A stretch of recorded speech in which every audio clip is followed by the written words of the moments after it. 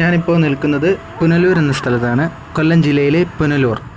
കേരളത്തിലെ ചൂട് കൂടിയ സ്ഥലങ്ങളിൽ ഏറ്റവും മുൻപന്തിയിൽ നിൽക്കുന്ന നമ്മുടെ പുനലൂരാണ് നിൽക്കുന്നത്. അവിടുത്തെ ഏറ്റവും പ്രത്യേകതയുള്ള ഐക്കോണിക് ആയിട്ടുള്ള പുനലൂർ തൂക്കുപാലത്തിൻ്റെ മുകളിലാണ് ഇപ്പോൾ നിൽക്കുന്നത്.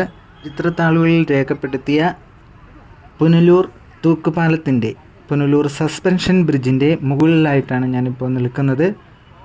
ബ്രിട്ടീഷുകാരുടെ കാലഘട്ടത്തിൽ ബ്രിട്ടീഷ്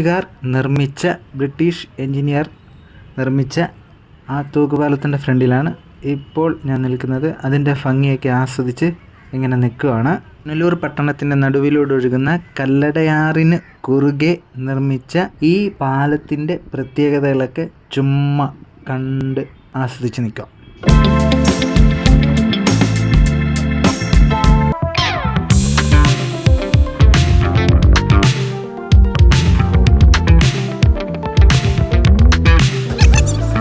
ഇപ്പോൾ കണ്ട ഇവർ രണ്ടുപേരും എൻ്റെ നാട്ടുകാരാണ്.